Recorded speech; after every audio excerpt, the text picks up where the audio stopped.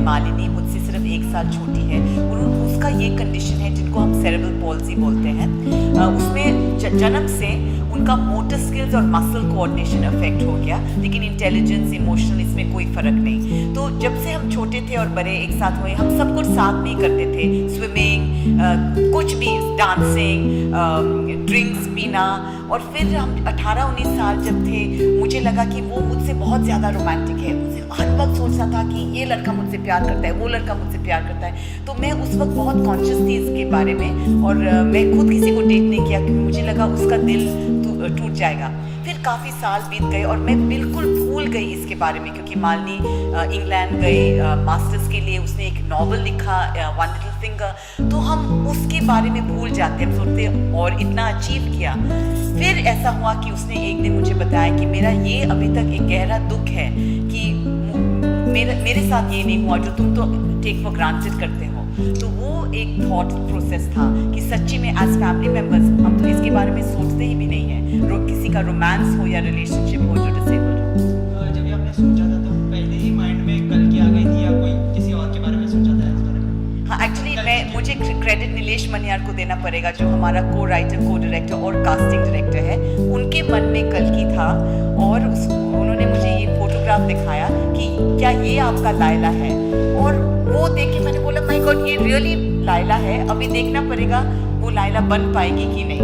देखने में मुझे लगा जी, कल की आपसे जानना चाहेंगे कितना चैलेंजिंग था, क्योंकि डिसेबल लड़की का जो किरदार है काफ़ी मुश्किल होता है, तो क्या कुछ प्रिपरेशन करनी पड़ी और कितना चैलेंजिंग था? बिल्कुल प्रिपरेशन करनी पड़ी।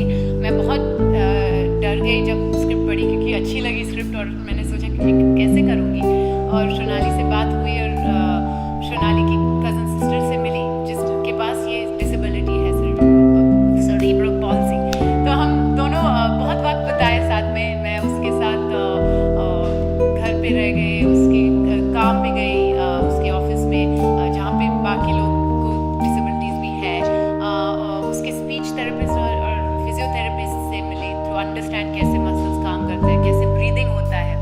और बाहर भी गए हम साथ में, सिनेमा गए, घूमने गए, डिनर के लिए गए, ड्रिंक्स पिए साथ में। तो मुझे ये भी मौका मिला टू सी कैसे लोग उसको देखते हैं, कैसे बाकी लोग, वो एडल्ट है, वो एक औरत ग्रोन एडल्ट है, लेकिन लोग देखते हैं जैसे वो बच्ची है और बेचारी कहते हैं और बहुत घूरते हैं। वो फ्रस्ट्रेशन भी मैंने देखी। तो ये सारे ऑब्जर्वेशन के बाद मैंने मेरा अपना काम शुरू किया, व्हील चेयर में बैठ के। रोज़ जो भी मेरा काम था, जैसे ब्रेकफास्ट बनाना या कंप्यूटर पे काम करना, वो व्हील चेयर में बैठ के ही करती थी। तो ये प्रैक्टिस एक आदत बन गई। अभी तक के आपके जितने भी किरदार हैं, ये जवानी है दीवानी या फिर जितने भी फिल्मों की बात करें, तो सभी काफ़ी अच्छे थे और काफ़ी उम्दा तरीके से आपने निभाए थे। तो क्या कहना चाहेंगे आपके लिए एक किरदार जो सबसे चैलेंजिंग था और एक आपका सबसे फेवरेट किरदार इन फिल्मों में? ये तो डेफिनेटली सबसे चैलेंजिंग था फिल्मों में, बिकॉज इतना काम और प्रिपरेशन और इतना मतलब फिजिकल ट्रांसफॉर्मेशन मैंने किया नहीं। मेरा फेवरेट आई थिंक बहुत मुश्किल है चुनने के, क्योंकि इतने सारे अलग तरीके के कैरेक्टर्स किया है।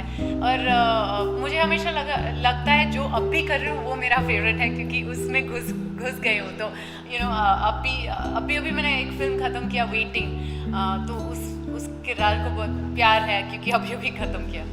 अच्छा सोनाली जी, आपने 2011 से स्क्रिप्ट की शुरुआत की थी, तो ऐसा क्या हुआ कि मतलब 4 साल लग गए स्क्रिप्ट को इतने स्लो फ्लोर पर आने के लिए?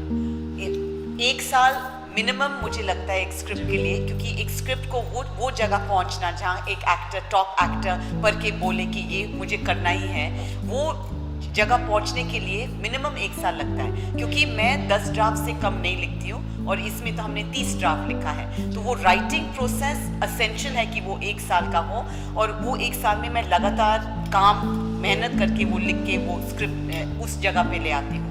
उसके बाद 1 साल गया पैसे उठाने और कास्टिंग वगैरह में, और तीसरी साल हमने फिल्म बनाई। तो एक्चुअली 3 साल लगा है।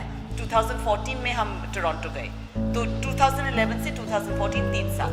फिल्म के दौरान कोई मुश्किलों का सामना करना पड़ा था आपको?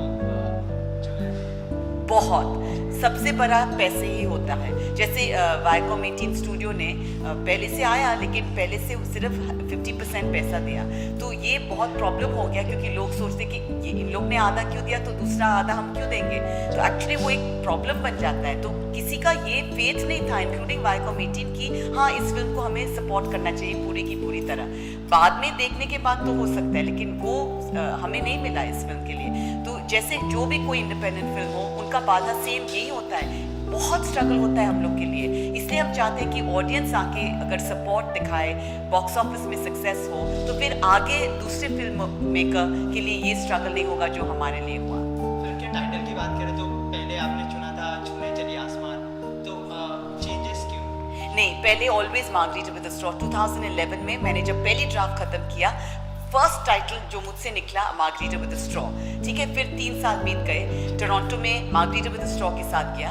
फिर आमिर खान ने जब फिल्म देखा और उन्होंने कहा कि हम फिल्म को कैसे मार्केट करेंगे, हमें इतना बेहद पसंद है, तो ये कैसे मार्केट करेंगे। और उन्होंने कहा कि देखो सोनाली, ये लोगों को समझ में नहीं आ रहा कि ये मार्गरीटा चीज़ क्या है। मैंने कहा सच में आमिर, क्योंकि लोग मुझसे कहते हैं माँ की, अगर लोग माँ की कह रहे तो ये तो गलत टाइटल है ना। तो हमारा एक गाना था जो प्रसून ने लिखा, उसमें ये टाइटल सॉन्ग था छूने चली आसमान। तो आमिर का आइडिया था ये होना चाहिए, क्योंकि फिर लोगों को पता चलेगा कि ये एक हिंदी फिल्म है, अंग्रेजी फिल्म नहीं है। तो पीके के साथ जब हमारा ट्रेलर लगा, वो टाइटल थोड़ी देर के लिए हमने लगाया, लेकिन हमारे सारे कास्ट और क्रू, जैसे कल की और सबको, जो फ्रेंड्स और इंडस्ट्री में भी सबको कहा कि भाई मार्गरीटा विद अ स्ट्रॉ बहुत दिलचस्प टाइटल था, ये छूने चली आसमान थोड़ा थके हुआ लग रहा है, तो इसलिए हमने वापस ओरिजिनल में किया। अच्छा, आप दोनों से जानना चाहेंगे, इंडस्ट्री ने और इंटरनेशनल प्लेटफॉर्म पे भी काफ़ी अच्छा फिल्म कर चुकी है, काफ़ी अभिनेताओं ने भी देखा है, तो क्या कुछ कॉम्प्लीमेंट मिला है आप दोनों को? पहले अच्छे कॉम्प्लीमेंट्स मिले। आई थिंक ऑब्वियसली काफ़ी लोग जो बाहर आ रहे थे, मतलब बी एट आमिर या बच्चन सर, बहुत मूव्ड है, वो हंस रहे हैं और रो रहे हैं साथ में, तो वो बहुत ही अच्छी एक्सपीरियंस है। और मेरा सबसे बेस्ट कॉम्प्लीमेंट था कि जब हम एक फेस्टिवल में गए थे जहाँ पे मुझे पहचाने नहीं, लोग को पता नहीं कल की कौन है, उनको लगा कि मैं सच में डिसेबल्ड हूँ, तो उनको विश्वास नहीं था कि मैं मतलब एबल्ड एक्टर हूँ। नहीं, वो इंडस्ट्री का ये एक है कि जैसे एक एक्टर रणवीर शोरी ने देखा, और वो लोग कहते हैं कि हम जब फिल्म्स देखते हैं ना, बहुत मुश्किल है कि हम फिल्म के इमोशंस में घुस जाते हैं और कहानी में, क्योंकि हम इतना एक्सपीरियंस है एज एक्टर्स डायरेक्टर्स ये देखना कि हम थोड़ा दूर से, आमिर ने भी सेम कहा कि हम जज करते रहते हैं कि ये कैसे शॉट लिया, ये कैसे कर रहा है, हम थोड़ा अलग रहते हैं। और ये दोनों ने कहा कि हम बिल्कुल ड्रॉन इन टू इट और रो रहे थे, हंस रहे थे फिल्म के साथ, ये एक बहुत बड़ा अचीवमेंट है। और आखिर में जानना चाहेंगे आपसे कि इंडियन ऑडियंस से क्या एक्सपेक्टेशन है? आप मतलब फिल्म फेस्टिवल में तो काफ़ी अच्छा कर चुकी है फिल्म, तो इंडियन फिल्म से क्या एक्सपेक्टेशन है आपको? मार्गरीटा विद अ स्ट्रॉ एक इंडियन फिल्म है, एक हिंदी फिल्म है जो इंडियन ऑडियंस के लिए ही बनाई है। आई थिंक सोनाली उनकी पहली ऑडियंस इंडिया है। ये फिल्म यहाँ से इंस्पायर हुआ, एक दिल्ली लड़की की कहानी है, तो बिल्कुल इंडियन ऑडियंस के लिए ही है, और मुझे उम्मीद है कि बहुत अच्छी तरह से मतलब रिसीव हो जाएगा। आई होप फ्राइडे देखते हैं। कोर्ट जो आपके साथ में जो मूवी आ रही है, कोर्ट के डायरेक्टर ने कहा था कि मार्गरीटा और दोनों अच्छे प्लेटफॉर्म पर अच्छा बिजनेस करेंगे, तो क्या कहेंगे? उनके तरफ से इस तरह का कॉम्प्लीमेंट मिला है? आई नो तमन ने वेरी वेल, और जो प्रोड्यूसर भी है विवेक, बहुत अच्छा दोस्त है। उनकी फिल्म कोर्ट मैंने देखी, बहुत ही खूबसूरत फिल्म है, और मैं बहुत खुश हूँ। हम दोनों साथ में निकल रहे हैं एक फिल्म, और मेरे सारे दोस्त दोनों फिल्म के लिए डबल बिल कर रहे हैं, तो बहुत अच्छी बात है।